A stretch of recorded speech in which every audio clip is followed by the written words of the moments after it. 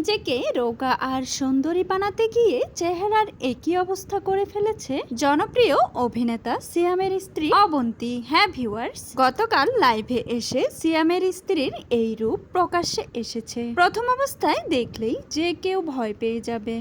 আগের সেই মায়াবী চেহারা এমনভাবে পরিবর্তন করিয়েছে সে যে এখন তাকে চেনাই যাচ্ছে না।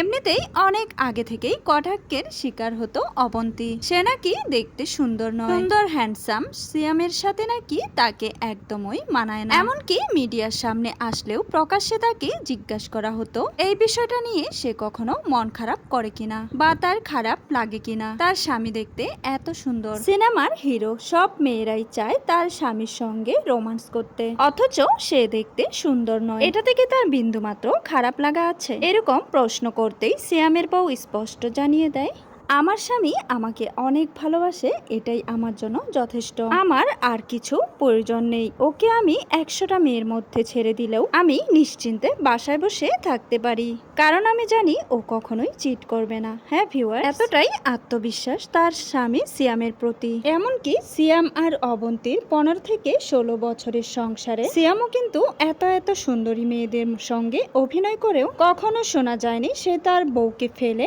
অন্য কোনো নারীর সঙ্গে পরকীয়া সম্পর্কে জড়িয়েছে। যে বিষয়টা রীতিমতো খানিকটা অবাক করার মতোই, কারণ মিডিয়া পাড়ার কারোরই চরিত্র খুব একটা ভালো নয়। তারপরেও সামাজিক যোগাযোগ মাধ্যমে অবন্তীকে নিয়ে যেহেতু সবাই ট্রোল করত, তাই সব সময় সে চাইতো নিজেকে ফিট রাখতে, সুন্দর রাখতে, আর সে পথেই এগুতে নিজেকে আরো বদসুরত করে ফেলেছে। গতকাল সে লাইভে এসেছিল, সেখানেই তার এই বিভৎস চেহারা দেখে রীতিমতো দর্শক চমকে গিয়েছে এবং কেউ কেউ দুঃখ প্রকাশ করে বলেছে সেই মায়াবী চেহারা অবন্তী ভালো ছিল।